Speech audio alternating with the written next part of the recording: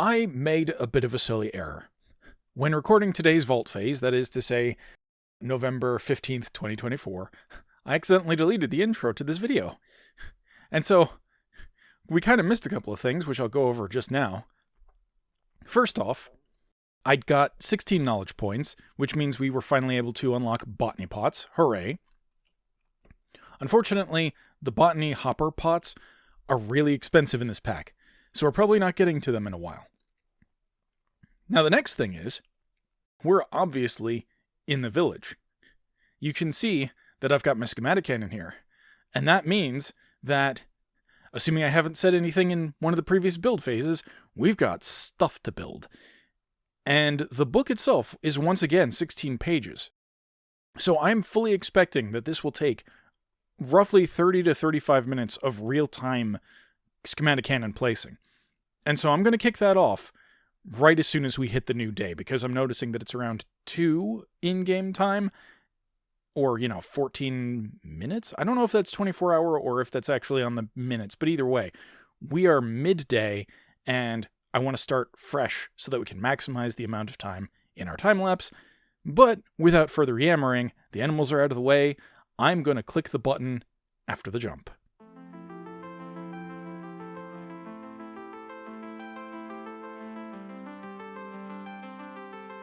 Now, recording this time-lapse actually had a few things go wrong.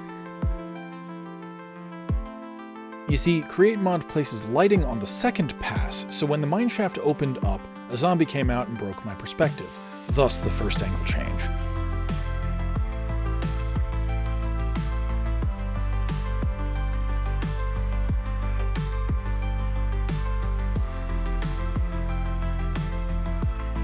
After the first night, I remembered Create doesn't place water either, so I paused the cannon to waterlog the spruce slab in the middle of the farm. Thus, the third angle change.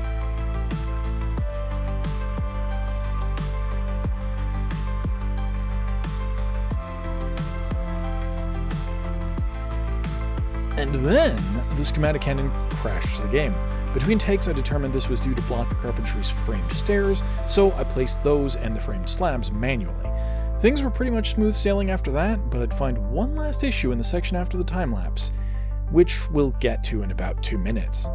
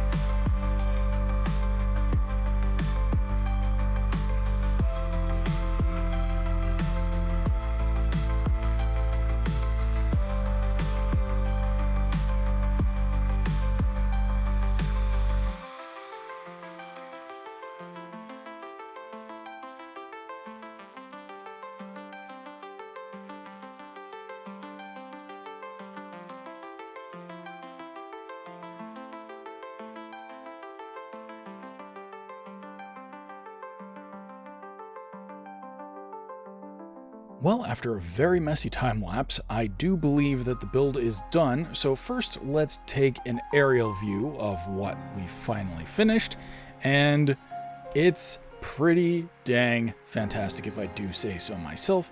We ended up using a couple of different gradients here, and as with on the island, we've also got the frost coming in from the side that's closer to the sea because, well, I say sea, but it's really more like a giant lake, river thing.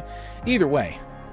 And I also don't know if this is actually how frost works or not, but I figured frost is going to be on the side where the moisture is. So we've got frost on both of these roofs, more or less, And on the trading hall, you can see that I've elected to go from andesite over to emerald blocks as the gradient, which meant that, yes, it is a fairly expensive build, and also we had to spend a lot of time weathering all of that copper. There's more than 2 stacks of copper in this build, I think, and about 55 of those are 1 stage up, so I had to let them all age the whole way. And then I stripped those 55 down and added the beeswax, because that's just the easiest way to do it. And you can also see that we're using diamond ores in the roof. And I figured, you know what the heck, we can do that because of the diamond rooms we keep getting in the vaults.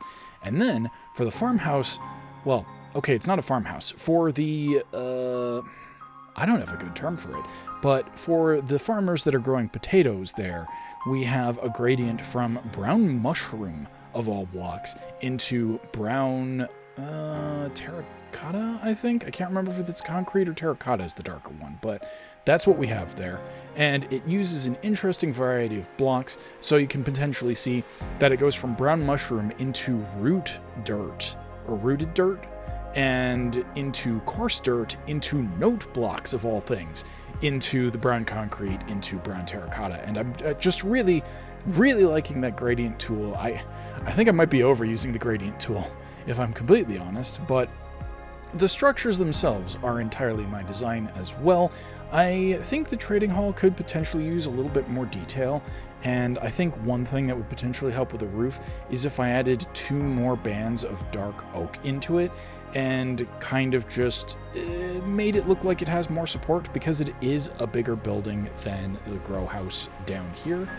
And let's just go ahead and take a bit of a tour. There are also a couple of things that I need to put into each of these builds, the villagers not being the least. But because this is a villager breeder, let's check out down here. This is, technically speaking, where the villagers exit, and I also think I might switch this design up a little bit, because I don't like how this just juts up against this structure here. So I think what I might potentially do is recess this just a little bit more, expand it 1 more to the left, and then have this kind of hidden entrance like the minecart exit has here. But let's just go in here because we can. This is where the villagers come out. It was kind of a pain to debug, but I think this setup probably works if memory serves. We'll find out if villagers kind of just get stuck here or if they actually properly use the minecart. We also have this dispenser here, and I think I'm not actually going to... You know what? I am going to do 1 cart while I'm here, because we need to test that this actually works. So the cart should be going around, and oh, that's where the cactus went. Yes. So when the schematic cannon was going off, the cactus used in this build kept getting deleted, and I think the reason is because... Wait. Oh, you got stuck. Oh, you got stuck because the redstone didn't update. Okay. That's trivial to fix. We can do that. Boop. There we go. Update yourselves. Thank you. And I think same problem here. So if I just do this and then this, that should update all of those. Oh yeah, and actually just hitting the pressure plates would have done it too. I may need to do that. Yeah, okay, we're going behind the scenes. I had wanted to avoid this, but we are going behind the scenes by just sort of crawling in. And yep. It says it's powered, but I don't like this lighting. Oh. Okay, so it's strictly a lighting issue. Well, that's fine, I guess. But now that you can see... Oh. Yeah, okay, now that we're back here, we do actually have some powering issues. So it's a good thing that I came back here. The schematic cannon doesn't react well with powered rails, apparently. So that's good to know. We have the cactus, and I think the problem with the schematic cannon is it would put in the cactus when this block wasn't clear, and the cactus would immediately break. And so I think that's the problem. It's now fixed because obviously that's not an issue. So now that we've exited, I want to go back to the dispenser side and confirm that these actually work correctly.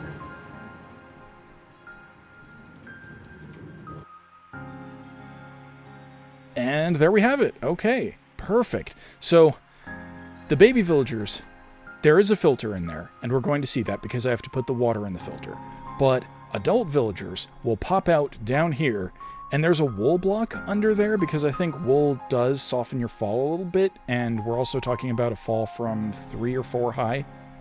So that's not going to be too bad on the villager HP. I don't think that's going to cause them to hate me specifically either way. So I'm actually just going to go ahead and put all the minecarts in here to begin with. But they're going to fall down there. They're going to come through here. And again, I'm probably going to change this aesthetically just because I don't like it. It'll look more like this.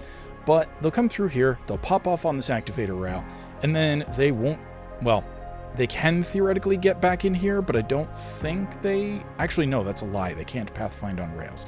So the villagers can't pathfind on rails, they won't go back that way, and they can't get back that way. So theoretically, this is a one-way ticket for them to come out into the village.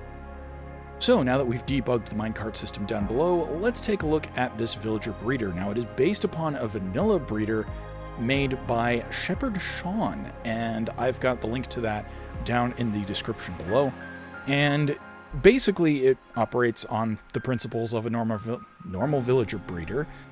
It also has an on and off switch that is built into this lever here. Yes, that's right. We are using mods in order to make our toggle system much more pretty. So this is a sconce lever from Supplementaries. It's just a lever that looks like a torch, and I think it also provides light. And then we have a create wireless redstone link linking the back of this stripped spruce log to right above the door, and we'll see that when we go inside to do our maintenance. But that is what lets us shut off the pathfinding for the villagers in here to their beds. So that's what turns the breeder off. Once the village is saturated with villagers, we don't really need to breed anymore unless it's an emergency. So we'll just close this door and that'll be that. Over here, I've concealed the bed a little bit by putting it all the way to the right so you can't really see it from the outside, but that means that when baby villagers are born, right in this room, they will try to pathfind to it and hop down into a water stream that I have to go put inside. But for now, how do we get inside? More sconce levers!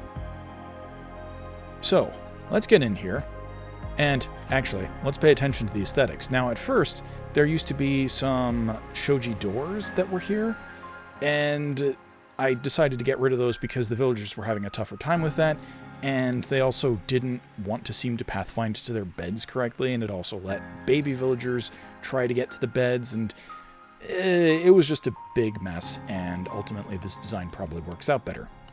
The iron door in the back is purely cosmetic. It's, you know, they're obviously not getting out there. Eventually, I kind of intend for a backyard kind of situation out there, but I don't know what to do with it. We also have a fireplace and some tables and a clock. Ah, yes, and the smoker. I actually realized after making this that we want to replace this because the smoker is a profession block and that could potentially mess up the village in the future, whereas the furnace is not. So this is meant to evoke, you know, one of those ovens that just sits above a fireplace and uses the same residual heat to cook things. So we have the beds, they're partitioned off for a little bit of privacy. And then, if we just come in here, you can see the designs that I was talking about. We've got the composter here and here for the professions, but if we look down, we don't have any water. So let's go ahead and do that. The way I designed it is perhaps suboptimal, but now we've got 2 streams coming in from here. The villager gets pushed into here, and because they're babies, you don't have to worry about this. Now, the interesting thing is, because obviously we didn't do anything with create, and there was a fluid here, snow blocks. So if we put the water in here, now the villagers will flow on top of these trapdoors, where they will be, you know, more or less stuck as babies. And now for the magic, we put in the filter. So if I put this here, it doesn't do anything to me right now, but if I swim up, it'll do what it will do to a villager, which is push me up. And now we are also being pushed this direction. We have a couple more snow blocks to get rid of because, again, Create doesn't know how to handle water streams. And then we put the last one in, and as you can see, the cart goes hurtling off. Now when the actual villager is there, that will work out much better, and please tell me that there isn't a Skeleman just in here. Is that up? Down? Oh, that's down. Okay, well, you know what? Down is fine. they can't possibly get to me. So as I said, they will walk outside, they will walk up the stairs, pass by this lovely little well that I put in, and originally this was going to be functional. There was originally supposed to be a create rope pulley here, but I think just in 1.18.2 it's bugged, and it just looks hollow. It functions, but the rope and the actual thing that hooks up to your contraption is invisible, so it just looked like a cauldron slowly levitating down into the well, and there's actually supposed to be water down there, so I'll fix that later. I'll fix that later. But for now, they will come up and into the trading hall. Now, this is based upon Mumbo's Season 7 trading hall, but there is a lovely tutorial down in the description by, oh, come on, playlist. I put all my watch later, or I put all the tutorials that I reference in my watch later Minecraft playlist, and then I lose them because the playlist decides to set me up at the top. So, it's Mumbo's Season 7 Hermitcraft Trading, and I will link to the episode where he puts that in. And also, the tutorial was done by Speev, S-B-E-E-V. So, thank you for that. This does work in 1.18. I have confirmed this in creative mode. And basically, we have a whole bunch of profession stands for, both getting emeralds, this side here closer to the door, and spending emeralds. And the lecterns are the particularly important ones because we remember the name tag fiasco. Now, over on the right, we have fewer of each of these things, but we have, I want to say the tool person, the armor person, and no, the weaponsmith and the armor smith, something like that, something roughly in that order. And so that will provide some alternate trades that we can potentially use to gain or spend emeralds. And of course, we also have some chests for storing our things that we want to sell, or, just an emerald stash. And that is pretty much everything. If we pop up here, we can see how the villagers are going to get into the system. It's a little bit messy because I have elected to just make this walkway loop around, and I can't believe that just happened. Hold on. Alright, hold on. I can do this. I can do this. Oh wow, I can do this. Huh, I wasn't expecting that to work, but it did. Quite nicely, in fact. And let me just... Oh. Well, okay, now these are the wrong way around, and that's going to annoy me until they close. But the villagers can loop all the way around on either side, and hopefully the theory is that they will pathfind by their own volition, and that needs to flip down too. And this is really going to annoy me, so let's just go ahead and, flip that way.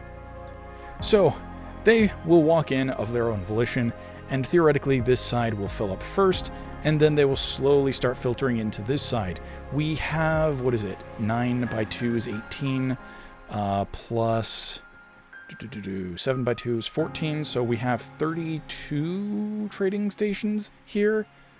And I think that should more than do us for the rest of the series. Now, there are a couple of things that I need to do before I move the villagers into the breeder, and I'm not going to do that today because it is going to entail going into every single house that remains in this village and getting rid of any beds they may have, any profession blocks they may have, and I know for a fact that there are a couple just sitting around.